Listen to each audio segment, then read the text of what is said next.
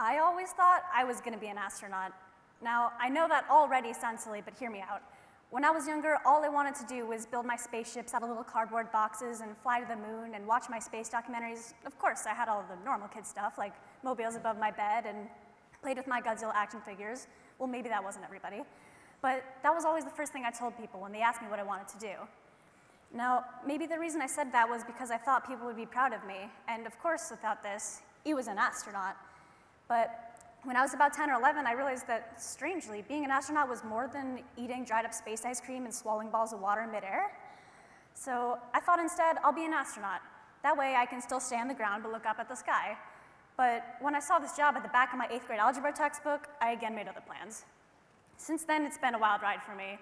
Astrophysicist, rocket technician, even aerospace engineer all went on the list of jobs I thought I was going to do one day. And looking back on it now, I don't want to do any of them anymore.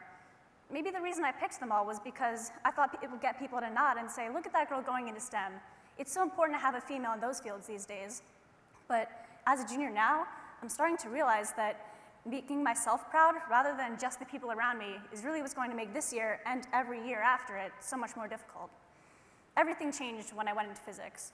I enjoyed chemistry, but I knew that physics was really going to be the subject that jump-started my career. But when I walked into the room and I saw these talented people getting these amazing grades on their tests, I knew something was wrong when I wasn't. I love my classmates and I love my physics teacher, but something just wasn't adding up here. After the first marking period, coming home in tears test after test, I knew something was wrong. Physics wasn't my strong suit. This completely changed my life, and it made every aspiration I'd had up to that point seem meaningless. Suddenly, the dream job I had aspired to be now seemed more like a sentence than anything else.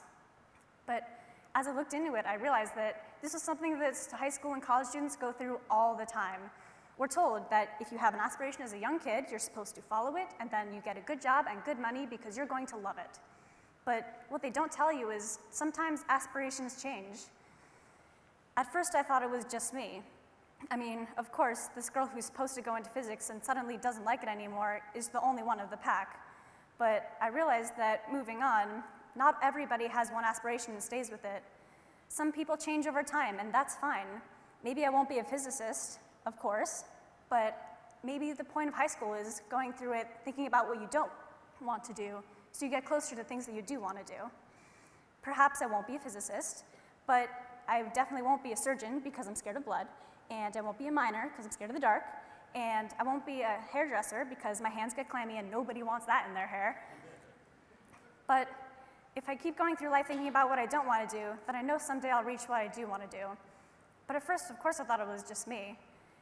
People who I used to talk to, who had the next 10 years of their life recited over 20 seconds, could text me that very same day saying they have no idea what's going on. And at first, I thought this was just to make me feel better. But what I started to realize was that we're all unsure.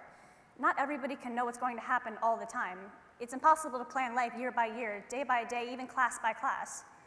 But as long as you keep yourself moving and keep yourself going, you're going to get to the right place eventually.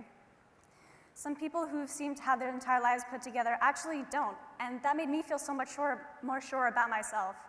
If I didn't know exactly what I was going to do in high school, then maybe I'll figure out in college or even work. Because even if we're in a job that we love or a job that we hate, we're always aspiring for something more. As people, we never stop moving, never stop thinking, and never stop wanting to learn more. 3-year-old me aspired to be an astronaut, 15-year-old me aspired to be an aerospace engineer, and 16-year-old me aspires to remember to bring her clothes down every Tuesday before laundry. And maybe that sounds silly, because it is silly, but if I don't give myself the chance to be silly now, I won't be able to do it ever again. And to me, that's scarier than any college application, any bad ACT, or any terrible test grade, because I can always worry about those things tomorrow. Thank you.